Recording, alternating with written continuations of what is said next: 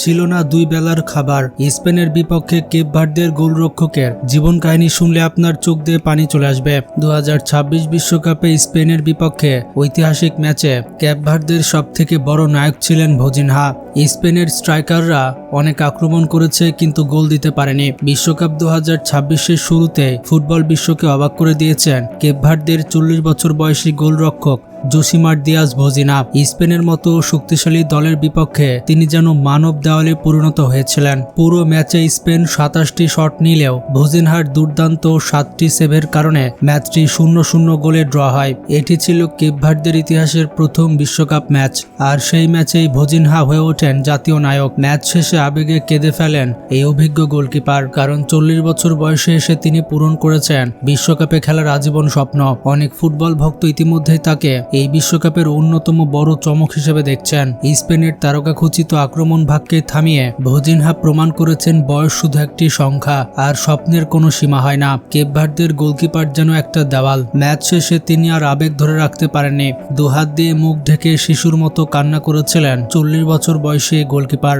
তার কান্নার কারণ হচ্ছে ঐতিহাসিক মুহূর্তে তার পাশে ছিলেন না মা। পরে তিনি জানান আর্থিক সংকট ও ভিসা সংক্রান্ত জটিলতার কারণে মাকে বিশ্বকাপের ম্যাচ দেখাতে আনতে পারেননি। আজকের ভিডিওতে আমরা জানবো ভজিনহার অবিশ্বাস্য সংগ্রামের কাহিনী। অভাবের সংসার থেকে উঠে এসে কিভাবে তিনি বিশ্ব মঞ্চে নিজের নাম লিখিয়েছেন। ভজিনহার পুরো নাম হচ্ছে জোসিমার জোসে ইভোরা ডায়াস। যদিও বিশ্বজুড়ে তিনি পরিচিত ভজিনহা নামেই, তবে মজার ব্যাপারটি হচ্ছে এই নামটি তিনি জন্মসূত্রে পাননি। পর্তুগিজ ভাষায় ভজিনহা শব্দের অর্থ হচ্ছে এমন একজন ব্যক্তি যিনি দাদা দাদির কাছে বড় হয়েছেন। 1986 সালে জন্ম নেওয়া জেসিমারের বয়স যখন মাত্র 8 বছর, তখন তার বাবা মারা যান। এরপর তিনি দাদা দাদির কাছে বড় হতে থাকেন। সে কারণে এলাকার মানুষ তাকে ভজিনহা নামে ডাকতে শুরু করে। পরবর্তীতে এই নামটি তিনি নিজের স্থায়ী পরিচয় হিসেবে গ্রহণ করেন। তার নামের পেছনে রয়েছে একটি সুন্দর গল্প।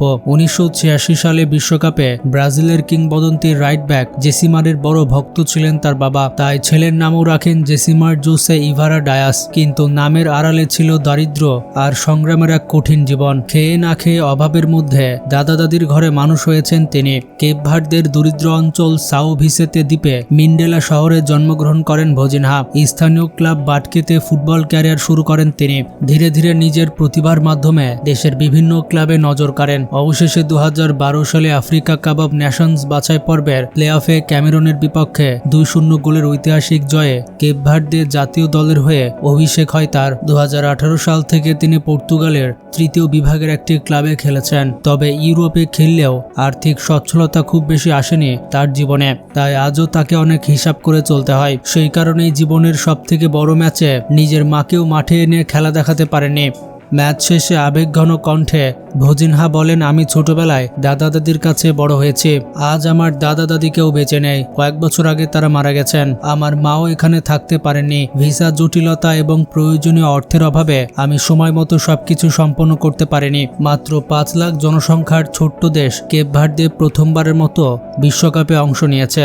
স্পেনের মতো ইউরো চ্যাম্পিয়ন দলের বিপক্ষে তাদের কোনো সুযোগ নেই, এমনটাই মনে করেছিলেন বেশিরভাগ ফুটবল বিশ্লেষক।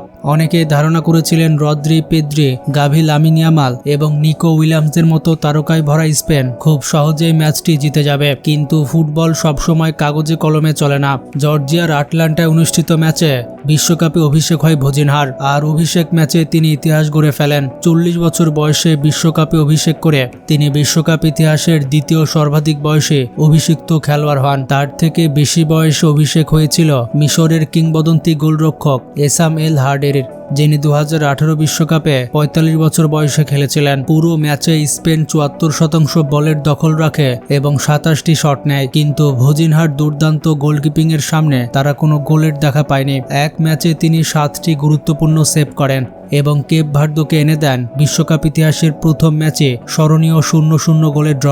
শুধু তাই নয়, বিশ্বকাপ অভিষেক ম্যাচে ক্লিন শিট রাখা সবথেকে বয়স্ক গোলরক্ষকের রেকর্ডও গড়েন তিনি। কেপ ভার্দে যখন প্রথমবারের মতো বিশ্বকাপে জায়গা করে নেয়, তখন অনেকেই মনে করেছিলেন টুর্নামেন্টে অংশগ্রহণ করাই তাদের সবথেকে বড় অর্জন। কিন্তু ভজিনহা দেখিয়ে দিয়েছেন তারা শুধু অংশ নিতে আসেনি, তারা লড়তে এসেছে। স্পেনের বিপক্ষে তার দুর্দান্ত পারফরমেন্সের পর সামাজিক যোগাযোগ মাধ্যমে শুরু হয় ভজিনহা ঝড়। ম্যাচের আগে তার ইনস্টাগ্রাম অনুসারী ছিল মাত্র 35,000। প্রথম অর্ধ শেষ হওয়ার আগে সেই সংখ্যা কয়েক লাখে পৌঁছে যায়। এবং ম্যাচ শেষ হতে না হতে তা মিলিয়ন ছাড়িয়ে যায়। পরের দিন আরও কয়েক মিলিয়ন নতুন অনুসারী যুক্ত হয়। বিশ্বের ফুটবল প্রেমীরা যেন এক রাতে আবিষ্কার করে ফেলেন নতুন এক নায়ককে।